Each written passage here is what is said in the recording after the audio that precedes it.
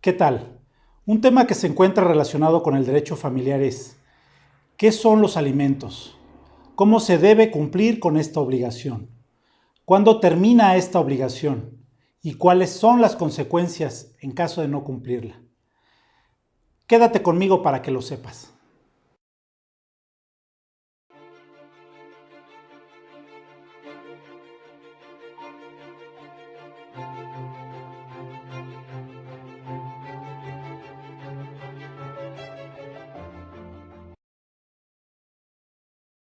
Los alimentos comprenden la comida, el vestido, la habitación, el esparcimiento y la salud. Respecto de los hijos, los alimentos también comprenden los gastos necesarios para su educación básica y para proporcionarle algún oficio, arte o profesión. Para el caso de los mayores de edad, la obligación de proporcionarles alimentos seguirá siempre y cuando se encuentre estudiando una carrera técnica o superior hasta el término normal para concluirla, siempre y cuando no sea mayor de 25 años de edad. Respecto de las personas con discapacidad, de los adultos mayores, los alimentos también comprenden los gastos necesarios para el tratamiento especial que requieran. El derecho a alimentos es una prerrogativa derivada de la pertenencia a una familia, del parentesco, del matrimonio o del concubinato.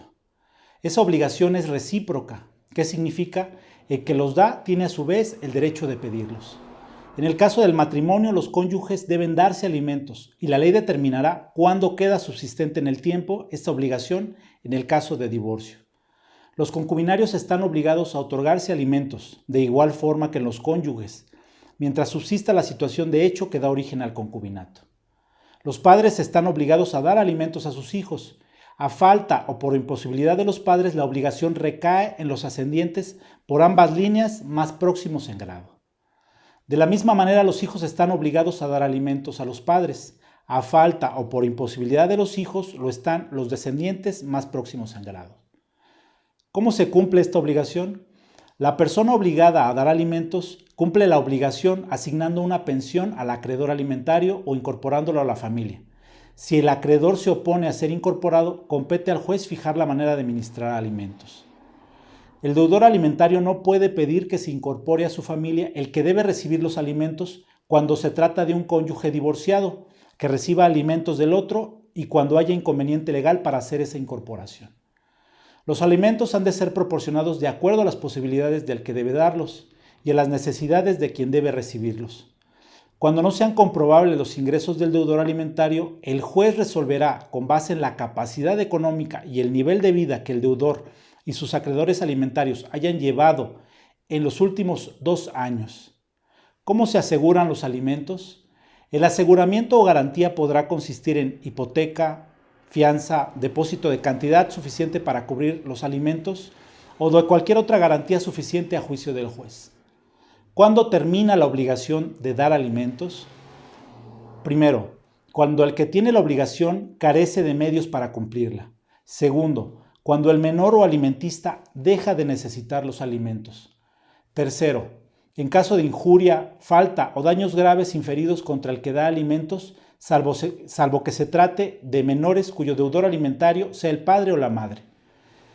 Cuarta, cuando la necesidad de los alimentos dependa de la conducta viciosa o de la falta de aplicación al trabajo del alimentista. Quinto, si el alimentista, sin consentimiento del que debe dar los alimentos, abandona la casa de éste por causas injustificadas. Sexto, cuando el alimentista cumpla la mayoría de edad y no se encuentre estudiando una carrera técnica superior en término normal necesario para concluirla sin interrupción, siempre y cuando no sea mayor de 25 años de edad. En el caso de divorcio, el derecho a los alimentos se extingue cuando el acreedor contraiga nuevas nupcias o se una en concubinato o haya transcurrido un término igual al de la duración del matrimonio.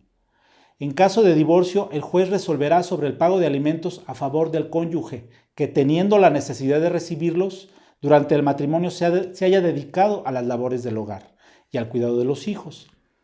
¿Cuáles son las consecuencias de no cumplir con esa obligación? Bueno, las consecuencias de no cumplir con la obligación son, entre otras, que los jueces negarán o limitarán las convivencias. Incluso se puede incurrir en el delito de incumplimiento de obligaciones de asistencia familiar.